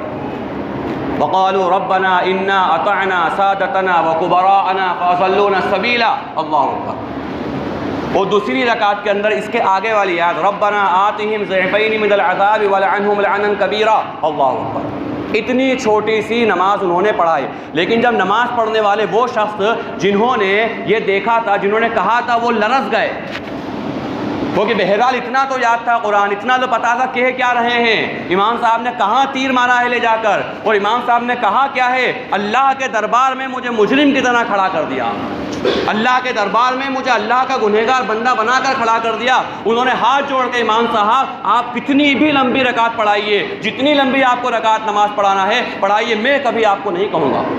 اور اسی آیت کے اندر ذکر ہے کہ ربنا انا اطعنا سادتنا وکبراءنا فاضلونا السبیلا، جو چودھری اور جو بڑے امام کو پریشان کر رہے ہیں وہ دیکھ لیں کہ ہم نے اللہ رب العالمین کے سامنے مقدمہ رکھ دیا کہ اللہ میرے بڑوں نے مجھے گمراہ کرا، میرے ذمہ داروں نے مجھے گمراہ کرا، میرے ذمہ داروں نے مجھے دین کی بات نہیں بتانے دی، میرے ذمہ داروں نے مجھے صحیح رہنمائی نہیں کرنے دی، اے اللہ ان کو دگنا عذاب دینا، اس لیے کہ ان کی وجہ سے میں گمراہ ہو گیا۔ وہ شخص لرز گیا کہ اس نے تو یہ کہہ دیا کہ میں جو نماز پڑھ رہا ہوں پیچھے میری وجہ سے گویا کہ امام صاحب نے نماز چھوٹی کری ہے۔ تو اس لیے میرا عزیزوں، عالم حق جو ہے وہ مسئلے کی روح سے بات سب بیان کری جائے گی، لیکن جو سوچنے کی بات ہے کہ جب امت کے سامنے حرام بات اگر آئے گی، علماء کے سامنے اگر کوئی کہا شراب لے کر آئے گا حرام ہے، کہا حرام ہے، کوئی بیئر لے کے آئے گا حرام ہے، بولے حرام ہے، کوئی چرس لے کے آئے گا حرام ہے، بولے ہاں حرام ہے۔ کیوں؟ کیونکہ موٹا سا اصول ہے ہر نشہ آور چیز حرام ہے۔ اب 50 نشہ آور چیز لے کر انسان آیا اور 51 نمبر پہ چائے لے کر آ گیا، 52 نمبر پہ شربت لے کر آ گیا، 53 نمبر پہ دودھ لے کر آ گیا، وہ مولوی صاحب یہ حرام ہے کہ حلال ہے؟ کہا یہ حلال ہے۔ بولے ان مولویوں کو تو کام ہی یہ ہے 50 کو تو پہلے حرام بولا اور 3 کو حلال بول رہے ہیں۔ تو اللہ کے بندے وہ 50 میں مشترکہ ایک چیز تھی کہ نشہ، اس نشے کی وجہ سے 50 کے 500 بھی حرام ہو جائیں گی، اور ان کے اندر نشہ نہیں تھا، یہ حلال و طیب تھی، یہ 3 کیا 300 بھی حلال ہیں۔ ہم کتنی چیزیں پی رہے ہیں، شربت پیتے ہیں اور انسان فالودہ پی رہا ہے، مینگو ربڑی پی رہا ہے، کولڈ ڈرنک پی رہا ہے، دودھ پی رہا ہے، چائے پی رہا ہے، کوئی حرام نہیں کہتا، کوئی حرام ہے ہی نہیں۔ لیکن جب شراب لے کر آ جائے گا، بوٹل لے کر مولوی صاحب حرام ہے کہ حلال ہے، تو وہ تو بتانا ہی پڑے گا نا کہ حرام ہے۔ تو مسئلہ یہ ہو رہا ہے کہ امت یہ سوچتی ہے کہ علماء ہمارے حساب سے چلیں، تو علماء انبیاء اکرام علیہم الصلاۃ والسلام کے وارث ہیں، کسی کے غلام نہیں ہیں۔ اللہ کے سامنے، اللہ کے رسول کے سامنے انہیں جواب دینا ہے، دنیا میں کوئی بچانے نہیں آئے گا۔ لہذا جب بھی ایسی بات ہے کہ بھئی یہ بات حلال ہے کہ حرام ہے، اگر مولوی صاحب نے کہا حرام ہے تو غور کرے بھئی حرام ہے تو میں بچ جاؤں اس سے۔ یہ میں اس لیے کہہ رہا ہوں کہ ہمارے معاشرے میں جو عام طور پہ وبا چلی ہے اس کے تعلق سے کوئی بات کہی جائے، کہا بولے یار یہ تو چلتا ہے، اتنا تو چلتا ہے، اتنا تو نہیں چلتا۔ جو چلتا ہے فقہاء، علماء، مفتیان اکرام اس کو جائز ہی کہتے ہیں، کیونکہ بہت ساری ایسی چیزیں جو خلاف اولا ہیں، خلاف اولا بہت سارے، لوور ٹیشر کے اندر نماز پڑھنا خلاف اولا ہے، لیکن کسی عالم مفتی نے حرام نہیں کہا اس کو، بھائی مناسب نہیں ہے اس میں نہ پڑھیں۔ نائٹ ڈریس کے اندر نماز پڑھنا خلاف اولا ہے، لیکن حرام نہیں ہے، اگر پاک ہے تو حرام نہیں ہے۔ کسی عالم مفتی نے یہ نہیں کہا کہ حرام ہے۔ امت اگر علماء کے سامنے حرام بات لے کر آئے گی، وہ پوچھے گی بھائی یہ حلال ہے کہ حرام ہے، تو امت کو، علماء کی ذمہ داری ہے کہ وہ بتائیں کہ یہ حلال ہے اور یہ حرام ہے۔ لہذا جب بھی دین کے تعلق سے کوئی بات آئے، ہم یہ دیکھیں کہ اللہ اور اس کے رسول صلی اللہ علیہ وسلم نے کیا تاکید فرمائی۔ تو فرمایا، جو میں عرض کر رہا تھا وہ یہ کہ ہم نے فیشن کے تعلق سے اتنی ساری چیزیں اپنے جسم پر ڈال لی ہیں اور اپنا لی ہیں کہ اس کو چھوڑنے کی کوئی بات کرتا ہے یا اس کو چھوڑنے کے تعلق سے کوئی بات کہتا ہے تو وہ انسان اس کو مجرم نظر آتا ہے۔ میں اپنے بارے میں بات کہہ رہا ہوں، میں کوئی انڈائریکٹلی ڈائریکٹ کہہ رہا ہوں اپنے بارے میں، کہ جب ہم مدارس کا، مکاتب کا نظام چلاتے ہیں، بچوں کے تعلیم و تربیت کے تعلق سے بات چلاتے ہیں، تو سب سے زیادہ پریشانی 2 مسئلوں میں ہمیں آتی ہے۔ بس یہ بات کہہ کے میں انشاءاللہ اپنی بات ختم کر دوں۔ سب سے زیادہ پریشانی 2 مسئلوں میں۔ ایک مسئلہ تو یہ ہوتا ہے کہ امت کا کہنا ہمارے بچوں کو قرآن کریم جلدی پڑھا دو، قرآن کریم جیسے چاہو ویسے پڑھا دو، جلدی پڑھا دو۔ حالانکہ یہاں اہل علم بیٹھے ہیں، امام صاحب بیٹھے، اور بھی کہ اہل علم جنہیں میں جانتا ہوں اچھی طرح، ان سے پوچھ لیں کہ قرآن کریم کو تجوید کے ساتھ پڑھنے میں وقت لگتا ہے یا نہیں لگتا ہے۔ قرآن کریم دادی نانی کی کہانیاں نہیں ہیں، قرآن کریم لیلا مجنوں کے نعوذ باللہ قصے نہیں ہیں، یا پنچتنتر کی کہانیاں نہیں ہیں کہ ختم ہی نہیں، جیسے چاہو ویسے پڑھ لو۔ قرآن اللہ کا کلام ہے، قرآن اللہ کی کتاب ہے۔ صحابہ اکرام میں اگر قرآن ہاتھ میں اٹھاتے اور لرز جاتے، کہتے ھذا کلام ربی، ھذا کتاب ربی، یہ میرے رب کا کلام ہے، یہ میرے رب کی کتاب ہے۔ کہیں آنکھوں سے لگا رہے ہیں فرط محبت میں، کہیں بوسہ دے رہے ہیں محبت میں، کبھی سر پہ رکھ رہے ہیں محبت میں، یہ اللہ کا کلام، اللہ کی کتاب ہے۔ اور اللہ کے کلام، اللہ کی کتاب کے بارے میں حکم ہے اس کو ایسے ہی پڑھو جیسا نازل کیا گیا۔ آج اللہ حفاظت فرمائے ہمارے پڑھنے والے بچے جو حافظ نہیں ہیں، غیر حافظ ہیں، ان بچوں کو کسی غیر مسلم کے سامنے بٹھا دو کہ سورہ فاتحہ پڑھ کے بتاؤ، اس کا سر چکرا جائے گا، بولے کیا کہہ رہا ہے، یہ کیا پڑھ رہا ہے، کچھ بات میں حسن نہیں، کچھ پڑھنے میں طریقہ نہیں، کوئی تجوید نہیں، کوئی خوبصورتی نہیں، کوئی حسن ہی نہیں پڑھنے میں، ایک تو اس کو عربی آتی نہیں اور اس کے بعد میں سننے میں اس کے کانوں پر بار گزرتا ہے کہ آخر کیا کہہ رہا ہے، کیا بک رہا ہے یہ اس لیے کہ ہم نے کتاب اللہ کے حق ادا نہیں کرا۔ یہ بات میں عرض کر رہا ہوں بڑی ذمہ داری کے ساتھ اور مسائل کو سامنے رکھ کر یہ بات میں کہہ رہا ہوں، اور اہل علم سے درخواست ہے غلطی ہو تو متنبہ بھی فرما دیں، اصلاح فرما دیں کہ قرآن کریم کو صحیح پڑھنے کے اندر حافظ اور غیر حافظ دونوں برابر ہیں۔ یعنی ایسا نہیں ہے کہ جو بچہ حفظ کرنے جا رہا ہے اس کو قرآن کریم تجوید سے پڑھایا جائے، نہیں، بلکہ جو بچہ حفظ نہیں کر رہا ہے، جو صرف ناظرہ خواں ہے، اس کو بھی قرآن کریم تجوید سے پڑھنا ضروری ہے۔ اگر وہ تجوید کی رعایت نہیں کر رہا ہے اور اتنی خطرناک غلطیاں کر رہا ہے جس سے معنی بدل جاتے ہیں، تو ایسی تلاوت کرنے سے اجر و ثواب تو بہت دور کی بات ہے، الٹا گناہ ملے گا۔ جیسا احادیث میں آتا ہے کہ بعض نماز پڑھنے والے ایسے نماز منہ پہ مار دی جائے گی، تو یہی مسئلہ اس تلاوت کا بھی ہے کہ اللہ قبول نہیں فرمائے گا، اس کو منہ پہ مار دیا جائے گا، کوئی حسن نہیں، کوئی خوبی نہیں۔ لیکن جو بچے حفظ کر رہے ہیں، حفظ کرنے کے بعد حافظ اور غیر حافظ دونوں ناظرہ قرآن پڑھنے میں بالکل یکساں ہیں، ان کو ایک جیسا قرآن پڑھنا ہے۔ ہاں، اس کے بعد قرأت کا شعبہ ہے، یعنی بچہ حافظ بن جانے کے بعد قاری بننا چاہ رہا ہے تو پھر قاری جو ہے وہ عام ناظرہ قرآن سے بہتر ہوگا، مجھ سے بھی بہتر ہوگا کیونکہ میں قاری نہیں ہوں۔ تو مسئلہ یہ ہے کہ قرآن کریم کا پڑھنا جیسا نازل کیا گیا ہے ویسا صحیح پڑھنا ضروری ہے، اور یہ 2-4-5 مہینوں میں حاصل نہیں ہوتا، اس کے لیے ایک عمر گزارنا پڑتی ہے، ایک وقت لگانا پڑتا ہے، تب جا کے یہ کتاب اللہ جیسی عظیم الشان نعمت صحیح طریقے سے پڑھنے والی آتی ہے، اور اس کے بعد انسان زندگی بھر قرآن کریم پڑھتا ہے۔ اس لیے ایک بات پیرنٹس کے سامنے، پیرنٹس بھی الحمدللہ کافی موجود ہیں، میں کہہ دوں بھائی قرآن کریم صحیح پڑھوانا ذمہ داری ہے۔ اگر اللہ آپ کو بھی توفیق دے کہ آپ صحیح پڑھوانے کے لیے خود استاد کے پاس آئیں کہ تجوید سے پڑھائیے، لیکن اگر اللہ نے آپ کو قبول نہیں کیا ہے یا ادھر دماغ نہیں جا رہا ہے تو کم از کم استاد کو یہ کہے کہ آپ کے حساب سے پڑھائیے جو پڑھانا صحیح ہے۔ اور دوسری چیز بالوں کے تعلق سے سب سے زیادہ پریشانی آتی ہے کہ امت کا مزاج بن چکا، امت کا مزاج خراب ہو چکا، بالوں کے تعلق سے کتنا بھی تاکید کری جائے، کتنا بھی سمجھایا جائے، لیکن امت کا ایک چھوٹا طبقہ اس کو ماننے کو تیار نہیں ہے۔ کہ چھوٹا طبقہ میں اس لیے کہہ رہا ہوں کہ اسی مجمع کے اندر الحمدللہ وہ والد بیٹھے ہوئے ہیں جن کو ایک بار کہا کہ یہ کٹنگ خلاف شریعت ہے، آپ کے بچے کی کٹنگ صحیح کرا لیجئے، اگلے دن بچہ صحیح کٹنگ کرا کر آ گئے۔ اس کو کہا جاتا ہے دین سے محبت، اس کو کہا جاتا ہے اطاعت، اس کو کہا جاتا ہے فرما برداری، کیونکہ یہ کہنے والا جو ہے اپنی بات نہیں کہہ رہا بلکہ دین کی بات کہہ رہا ہے، شریعت کی بات کہہ رہا ہے، اللہ اور اس کے رسول کی بات کہہ رہا ہے۔ اصول اور ضوابط ہر انسان کے لیے ہیں، لیکن ایک طبقہ، چھوٹا طبقہ وہ یہ ہے کہ جس کو کتنا بھی سمجھا دیا جائے لیکن وہ بات ان کے سمجھ میں نہیں آتی۔ تو میرے عزیزوں، یہ کسی ایک انسان کی بات کا انکار کرنا نہیں ہے بھائی، انسان کی بات کرنے کے انکار سے تو زیادہ سے زیادہ یہ ہوگا کہ جس ادارے کے اندر آپ ہیں اس ادارے کے اصول کو نہیں فالو کر رہے، ادارے والے نکال دیں گے، مکتب سے ہم نکال دیں گے، مدرسے سے نکال دیں گے، اس سے زیادہ کیا ہوگا؟ کچھ نہیں ہوگا اس سے زیادہ۔ لیکن یہ بات اصل میں اللہ اور اس کے رسول کی خلاف ورزی ہے،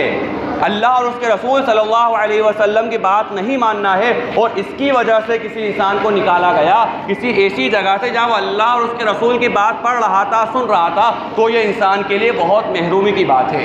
لہٰذا ہم اس بات کا ارادہ کریں، عزم مصمم کریں، پختہ ارادہ کریں کہ اللہ رب العالمین نے جو ذمہ داریاں ہمیں دی ہیں، چاہے ہمارے اجتماعی طور پر ذمہ داریاں ہوں یا ہماری انفرادی طور پر ذمہ داریاں ہوں، اور جو علم اللہ رب العالمین نے ہمیں عطا فرمایا ہے وہ علم، اور جو حقوق اللہ رب العالمین نے بندوں کے، اللہ کے خود کے حقوق ہمارے اوپر عائد کرے ہیں، وہ تمام حقوق ہم ان کو سیکھ کر، ان کو سمجھ کر انشاءاللہ اس پر کما حقہ عمل کریں گے۔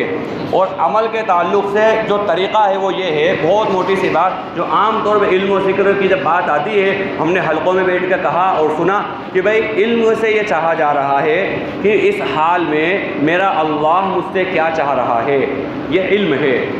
جس جگہ پر انسان بیٹھا ہوا ہے، چاہے وہ ملازم ہو یا ذمہ دار ہو، چاہے مرد ہو، عورت ہو، غریب ہو، امیر ہو، طاقتور ہو، کمزور ہو، کچھ بھی ہو، اس حال میں میرا اللہ مجھ سے کیا چاہ رہا ہے اس کو جاننا، اور اس کے بعد میں یہ علم ہے، اور اس کے بعد میں اس کو کر گزرنا یہ ذکر ہے۔ ذکر یعنی اللہ کی یاد۔ اللہ کے لیے کام کرنا، اللہ اور اس کے رسول صلی اللہ علیہ وسلم کی محبت کے اندر اپنی زندگیوں میں عمل کو اتارنا۔ لہذا ہم اس بات کا ارادہ کریں انشاءاللہ کہ اللہ رب العالمین نے جو ذمہ داریاں دی ہیں انشاءاللہ ان ذمہ داریوں کو کما حقہ پورا کریں گے۔ اللہ رب العالمین سے دعا ہے کہ اللہ رب العالمین کہی گئی باتوں پر کما حقہ عمل کی توفیق نصیب فرمائے۔ وآخر دعوانا الحمد للہ۔